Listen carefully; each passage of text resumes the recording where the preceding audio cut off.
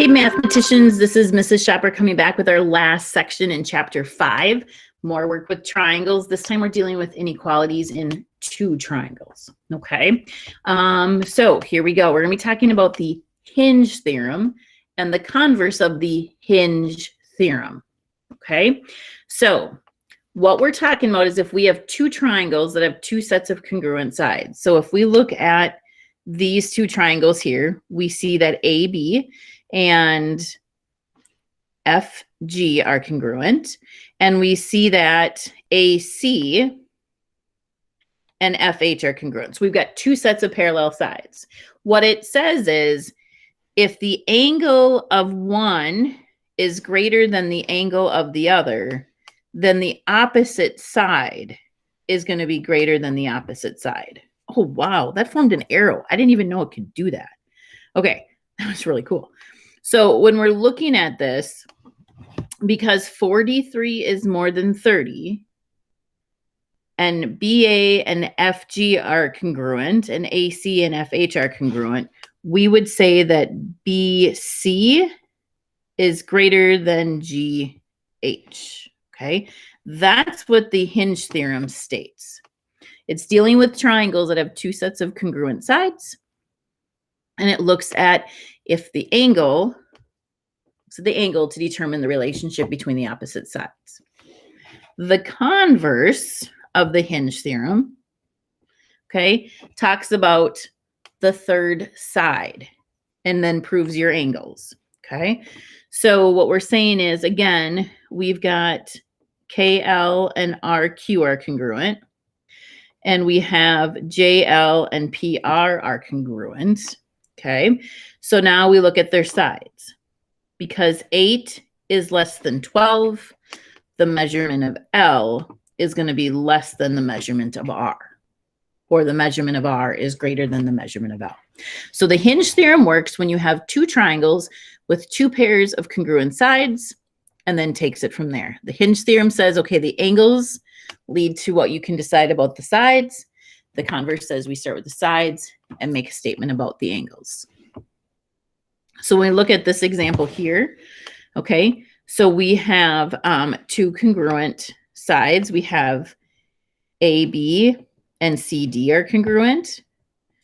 We have that BD is congruent to BD. So now we look at the opposite sides. So when I look at this, we're comparing AD and BC.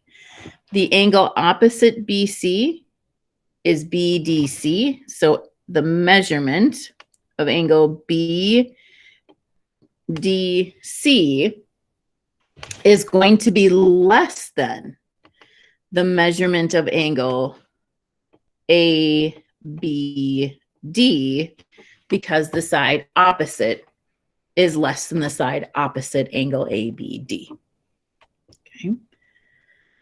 That is using the converse because we're using the side lengths to determine the angle measurement comparison. Let's take a look at the next one. All right, we have two congruent sides. We have DC is congruent to DC. We have CB is congruent to AC. When I look at my angle measurements, because 68 is less than 70, DB, let me change the color up here. DB is going to be less than the measurement of AD. Okay. DB is going to be less than the measurement of AD. All right, one more, and then we're going to look at some possible values. So this one is very similar. We can skip this one. We're good. All right, find the range of possible values. Ooh, this is a good one. Okay, so we've got that LD and DN are congruent, and we have that MD is congruent to MD. Okay, when I look at this, because 18 is more than 16, I'm going to have to say that 141 has got to be more than 9A plus 15. Okay. I can't stop there though, because it's an angle measurement. It has to be positive. So therefore, it also has to be greater than 0. And so what it's doing is it's taking us back to solving a compound inequality. And so we want to get a by itself, and I'll walk you through that. We're going to subtract 15, not only from the center, from the left, and from the right as well. So 126 is greater than 9a, which is greater than negative 15.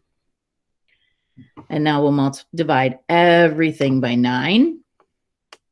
It's a positive 9, so I don't have to switch the signs. Okay, so 126 divided by 9, let's see what that is. 126 divided by 9. So 14 is more than a, which is more than negative 5/3. There's your range. You want to remember, you can't go below 0 on an angle measurement. It's got to be more than that. And that's all I have for today. Enjoy your day. Bye.